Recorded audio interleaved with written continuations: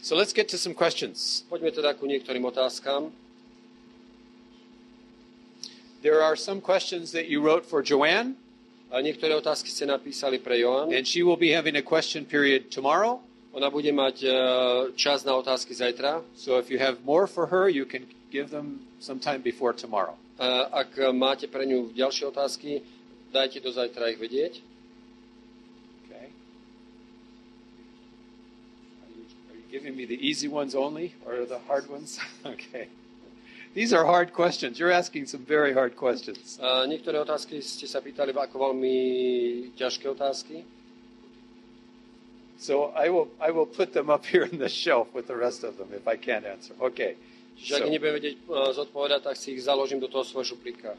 All right. So you read the question, I guess. Takže prečítame otázku. S akými reakciami sa stretávaš pri prednáške o sexualite? Aký je rozdiel v reakcii rôznych svetových kontinentoch? Different reactions. Yes, yes. I have found different reactions in different places. Určite na rôznych miestach bývajú rôzne reakcie. Especially in Oriental situations with the Koreans and the Chinese, they are very embarrassed to talk about this issue. Obzvlášť v tom orientálnom svete, treba sa takisto aj v Koreji a v Číne, o takýchto veciach sa veľmi nehovorí. But they will come afterwards to me, ale obvykle po prednáške prídu za or mnou, to Jo Ann, alebo za Jo Ann, and they will use many, many, many words instead of talking about the real thing. A potom použijú strašne veľa vecí, kým nakoniec povedia tú podstatnú vec, čo chceli povedať. And so you have to use many words to answer, to try to make it clear, but don't use too direct of language. A potom človek musí použiť zase strašne veľa rôznych slov, ale nemôže používať tie pravé. A tie stručné, ktoré vystihujú vec.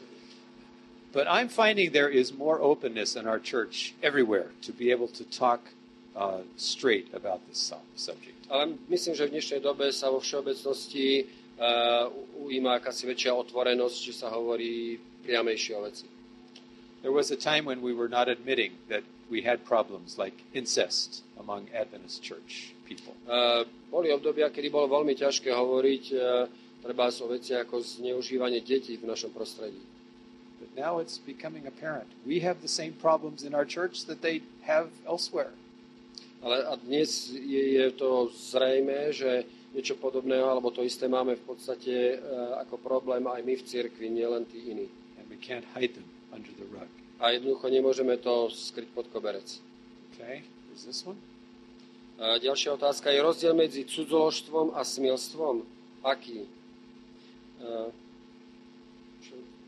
Are they all together? Druhá bola, počuli sme výklad o smilstve, že hádky a podobne v manželstve je smilstvo. A tretie, je to dôvod k rozvodu. Okay, let me give it a try. I think I understand the question.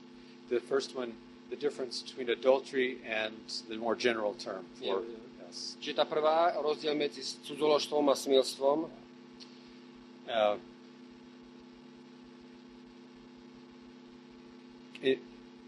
In the Bible, there are different terms for sexual, inappropriate sexual relations. V Biblii sú rôzne výrazy, ktoré postihujú tú oblasť nesprávneho správania sa v oblasti sexuality. There's this more narrow word, adultery. Existuje nejaký užší termín, nevera, which includes a married person having sex with someone else outside of his wife. Čo popisuje sexuálny vzťah niekoho, kto je ženatý, vydatý s niekým iným. But then in Deuteronomy, the book of Deuteronomy goes through the 10 commandments one by one in order, giving illustrations of each commandment. 5. kniha Mojžišova potom sa znovu vracia ku prikázaniam a znovu dáva rôznu ilustráciu tých jednotlivých prikázaní. And in the illustrations it shows that the word adultery has broad implications to include any immoral activity. A tá 5. kniha Mojžišova v tom svojom vysvetlení nám dáva sexually immoral vysvetlenie, že nevera, pod tým termínom nevera, čo my myslíme mnohokrát len medzi niekým, kto je ženatý alebo vydatý a niekým iným, sa myslí niečo oveľa viac. In Leviticus 18, there is a whole list of the major illicit sexual activities. 3. kniha Mojžišova, 18. kapitola, popisuje rôzne formy správania sa, ktoré je zaradené do sexuálneho a je postihnuté vlastne tým prikázaním. And this is summarized in the New Testament by the word porneia. A v Novom zákone je celé toto správanie postihnuté, popísané výrazom porneia. So porneia is any illicit sexual intercourse.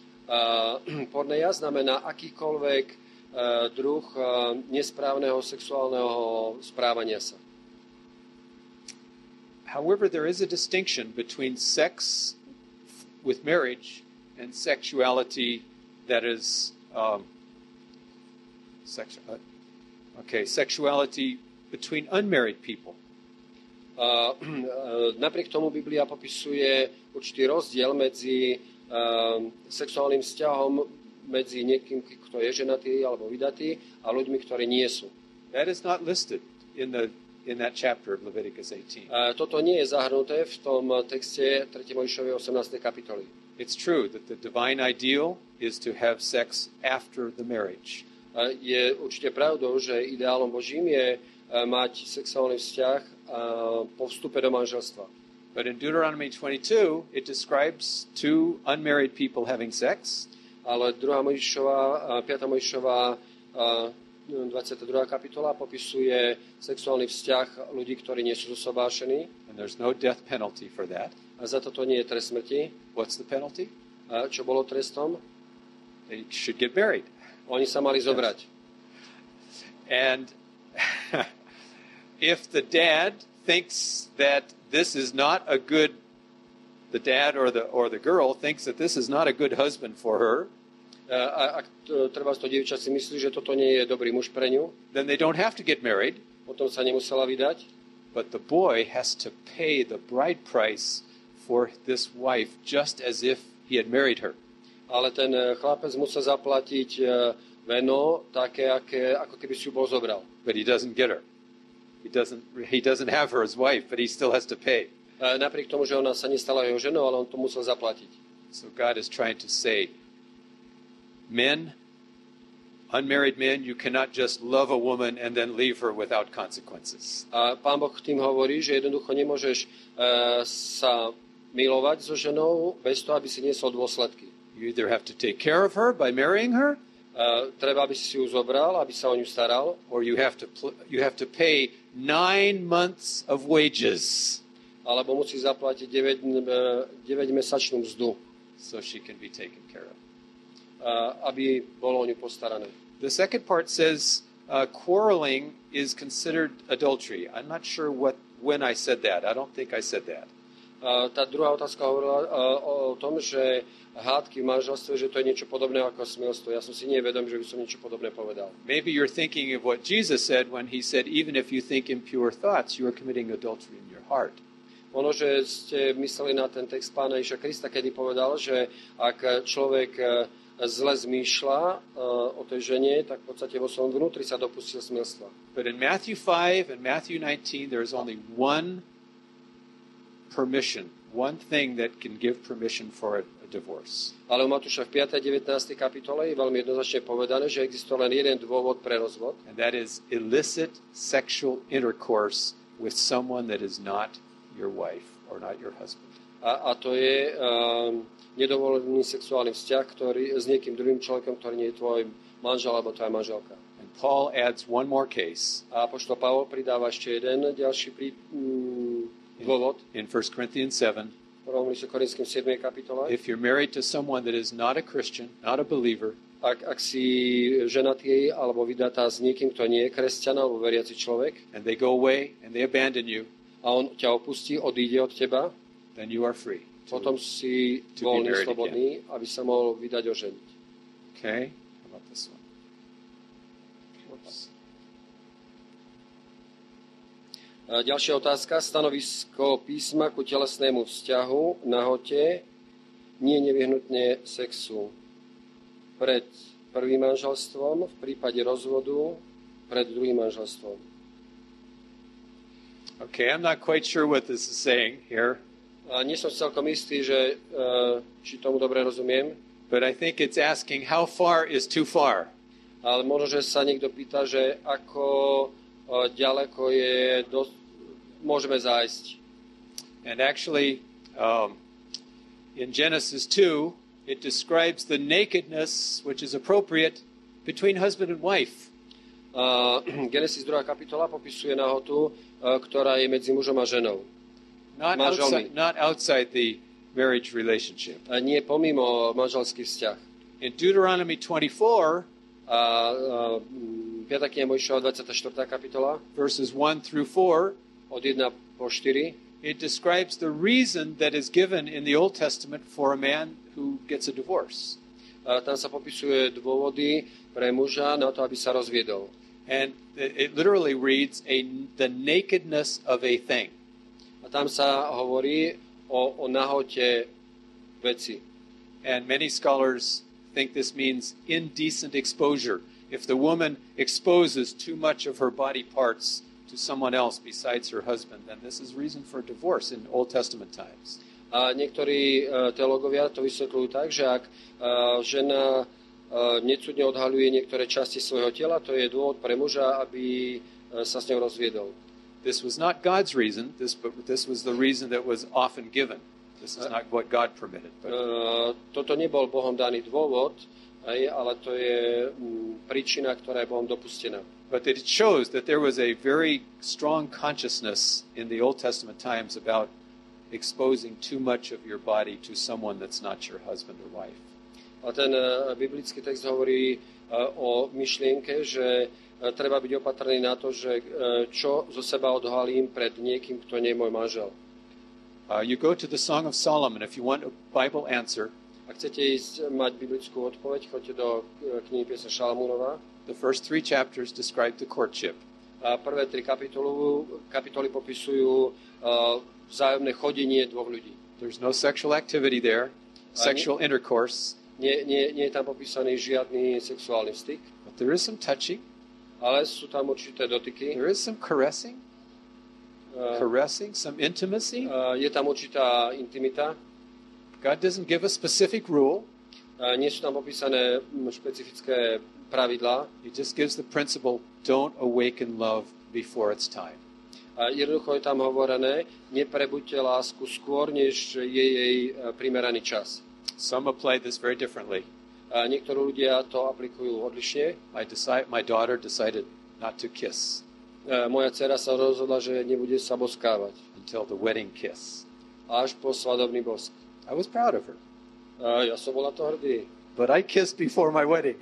Ale ja som poboskal moju ženu pred svadbou. It was on a mountain. Bolo to na vrchu. Where I first kissed my wife, my girlfriend. Prvýkrát poboskal svoju priateľku. But I had in mind the person that I kiss. Ale mal som v mysli, že dievča, ktoré poboskám, will be the one I marry. Bude dievča, ktoré si zoberiem. She didn't know that then. Ona to vtedy ešte nevedela. But I had decided this is the one I will marry. Že ja som sa už vtedy rozhodol, že ja si ju zoberiem. So she's the one I kiss. A teda ona je tá, ktorú som poboskal. But I can't give specific rules. Nemôžem dať na to nejaké špecifické pravidlá.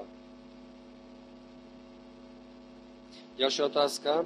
Pán Boh v Edene dal sobotu a manželstvo. Sobota ostáva na novej zemi a manželstvo.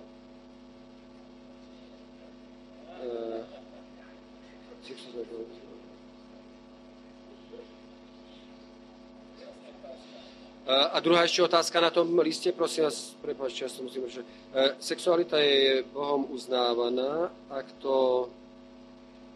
ale to neznamená, že kresťania majú mať veľa detí. Čo robiť? Okay. The first question I understand is, will there be sex in heaven? Is that right? Marriage in heaven. Marriage in heaven, yes. Zmysel prvej otázky je, či bude manželstvo v nebi. And we have to remember Jesus' words, right? To the Pharisees. Musíme pamätať na Ježišova slova, ktoré dal farizeom. He says, in the hereafter, You will neither marry nor be given in marriage. Pán Ježiš Kristus povedal, že na novej zemi sa nebudú ani ženiť, ani vydávať. I can't improve on Jesus' words. Nemôžem vylepšiť Ježišove slova. But Jesus didn't say, if I'm married here, I won't be married there. Ale Ježiš Kristus nepovedal, že ak som ja ženatý tu, že nebudem ženatý tam. And Ellen White actually describes the reunion of families that were here divided on earth and they will be reunited in heaven.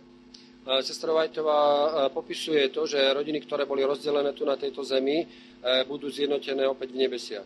So when I promised to be Joanne's wife, I promised to be her husband, I promised to be her husband forever. Ja som Joanne slúbil, že budem jej manželom navždy.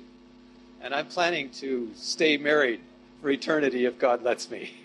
A ja plánujem s tým, že budem ženatý aj po celú večnosť, ak mi to Pán Boh dovolí.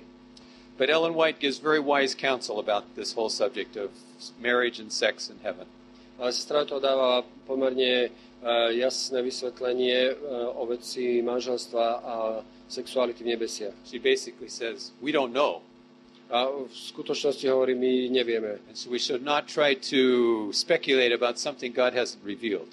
A nemali by sme teda špekulovať nad vecami, ktoré nám nie sú zjavené. But if there's not marriage, there will be something better than marriage. Ale ak tam nebude manželstvo, tak tam bude určite niečo lepšie ako manželstvo. That we can't even imagine. Čo sa ani len nevieme predstaviť. C.S. Lewis, you ever heard of C.S. Lewis? Yes? C.S. Lewis poznáte? Are his books translated into Sú Slovakian? jeho knihy Yes. preložené aj u vás na Slovensku. He gives an illustration to try to help understand this. On dáva určitú ilustráciu na to, aby nám pomohol pochopiť vec. He describes a little boy who comes to his mommy and daddy. On popisuje malého chlapca, ktorý prichádza k svojej mamke a otcovi. And they are just ready to go into their bedroom to have sexual relations. A oni idú vlastne práve spať, idú do postele, aby sa milovali. And he asks them, Mommy and Daddy, what do you do when you go in behind the door there and have your special time? A on sa ich pýta, ocko a mamka, čo robíte, keď idete za dvere? The dad is scratching his head trying to think, is this the time to tell about the details of sexual intercourse to my son? A otec sa poškrabe na hlave a si vraví, no mama mia, je toto čas na to, aby som to vysvetloval chlapcovi, že bude mať sexuálny But vzťah. then the little boy asks the second question. A potom chlapec sa pýta druhú otázku. When you are in there, do you eat chocolate? A keď ste tam, dnuka, tak jete čokoládu? And the dad says, well, sometimes we eat chocolate. Hovorí, niekedy jeme čokoládu. Well, that's like us, you know. What will happen in heaven? To je ako my. Čo sa stane? Čo bude v nebesiach? And we're asking Jesus, will we eat chocolate? A my sa pýtame Ježiša, budeme tam jesť čokoládu? Will we have sex? Budeme mať tam sexuálny vzťah? And God is saying, I have something you haven't even thought of before. Pán Boh si vraví, no ja mám pri vás pripravené niečo, čo vás ani len nenapadlo. Just wait, I will surprise you. Len počkajte, ja vás prekvapím. And he will. A určite prekvapí.